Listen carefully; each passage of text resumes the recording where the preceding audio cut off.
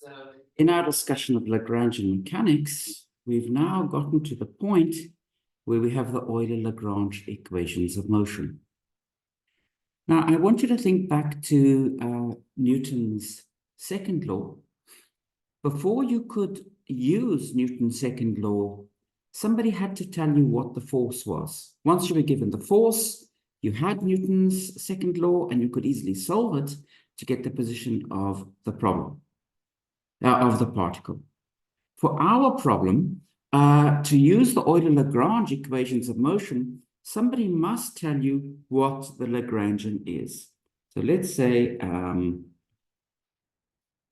what is the Lagrangian? Okay, so for a particle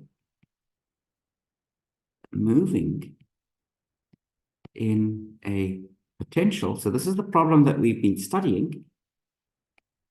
In this case, the Lagrangian is equal to the kinetic energy, which is 1/2 times the mass times by the velocity, which is x dot squared minus v of x.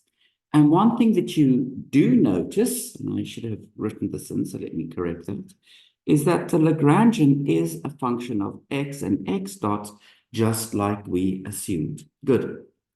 Okay, so let's now try to calculate the Euler-Lagrange equations.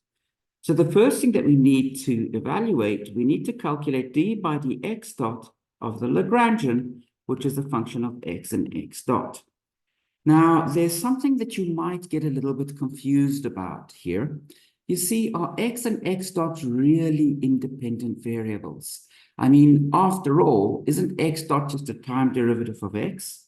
So when I calculate d by dx dot, how should I treat x's appearing? How do I differentiate those? Well, I want to remind you of this notation. When we write down that the Lagrangian is a function of x and x dot, this is just like when we write down that we've got a function of x and y.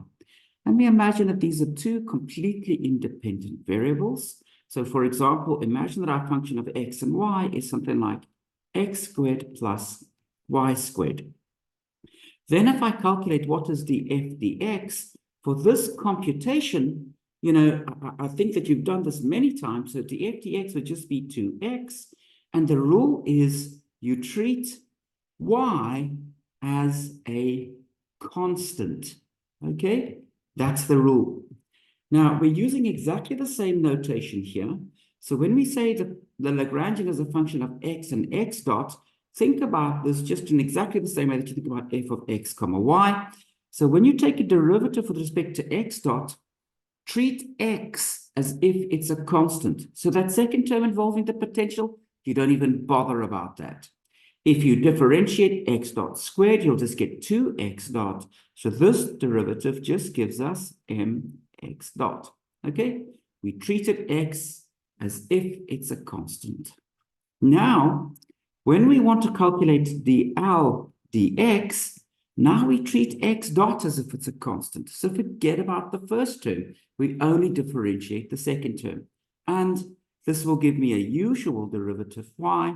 Well, the potential does not depend on x dot. It's only a function of x. So we get the normal derivative. So I hope it's clear what the rule is for taking the derivative. So now let's plug this into the Euler-Lagrange equation. So we want dl dx. Well, that's easy. This is minus dv dx is equal to, we want to take a time derivative of dl dx dot, which is just mx dot. So let me write this as m dx dt. That's mx dot. So this is just m, the mass is a constant. So we've got d2x dt2. And what you see is, and this is what I wanted to demonstrate, the Euler-Lagrange equations have reproduced Newton 2. Okay, so this is completely equivalent to Newton's version of mechanics. But in that situation, you might ask yourself, what did we gain? What did we gain? I mean, If we're just getting back Newton 2, that's not very interesting. Well, to understand what we gain,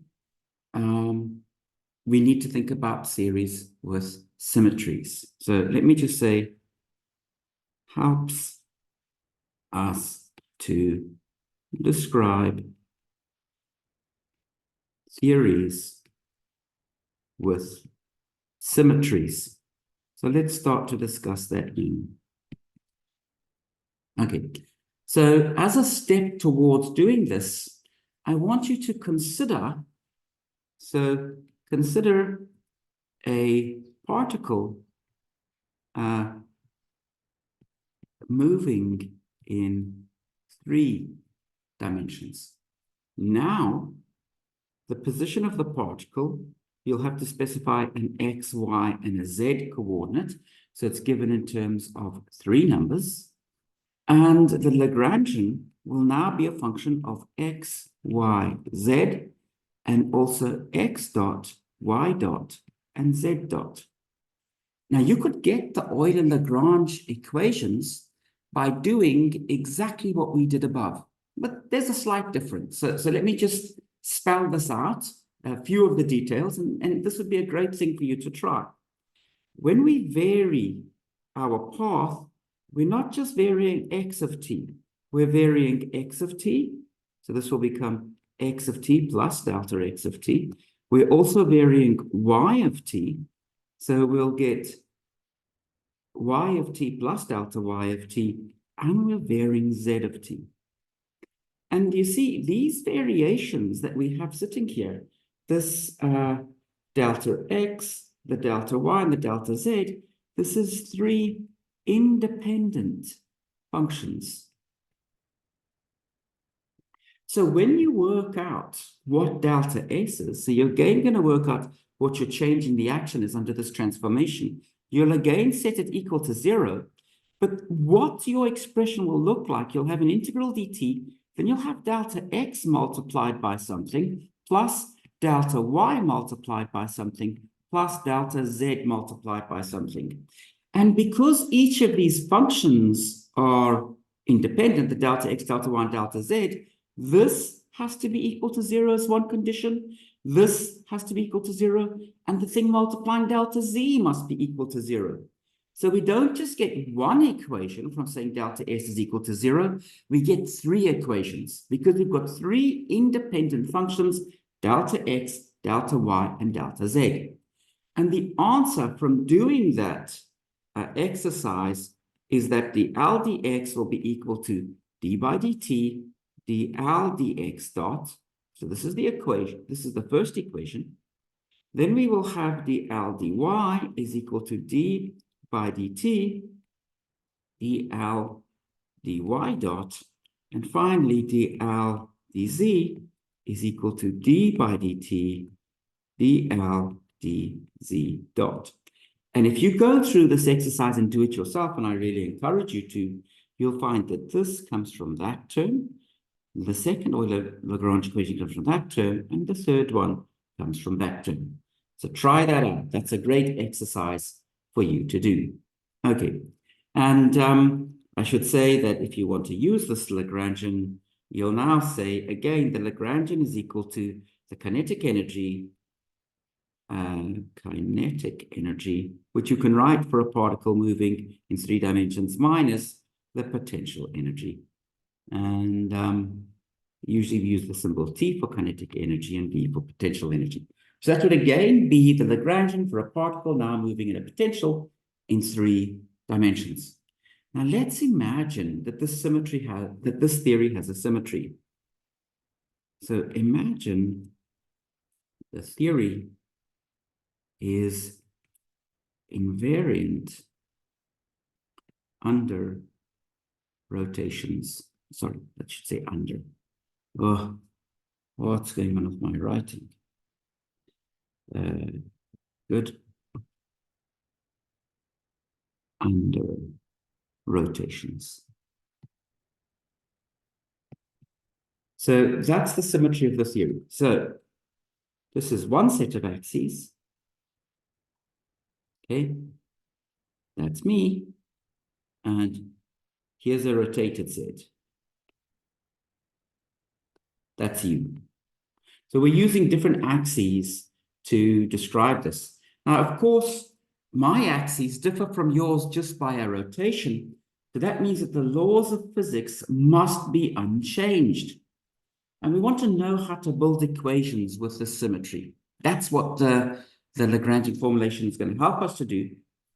But first of all, when I say that the laws of physics are unchanged, what does that mean? Well, that means if I rotate my solutions,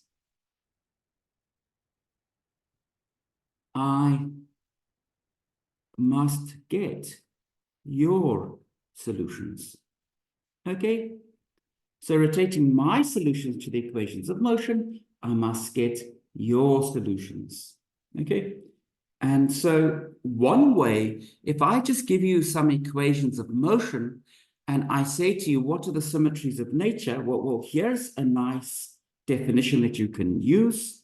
So symmetries, this is what we mean by symmetry. Symmetries map solutions of the equations of motion into symmetries map solutions of the equations of motion into solutions of the equations of motion. Now, that means if I rotate all of the solutions, I will still get all of the solutions. And that means in your rotated frame, your equation has exactly the same solutions as my equation does. Well, that means that your equation must be my equation. So okay, I'm going to write equation of motion like that. Your equation of motion is the same as my equation of motion. Okay, so if I do the symmetry transformation, the equation of motion is unchanged. And here's a great example of this. Okay, here's a lovely example. So example, Maxwell's equations. So you can ask, what are the symmetries of Maxwell's equations? Well, if I take Maxwell's equations and I do any Lorentz transformation, any boost or any rotation, what I will find is the boosted or rotated solution still solves Maxwell's equations. So Maxwell's equations are invariant under Lorentz transformations.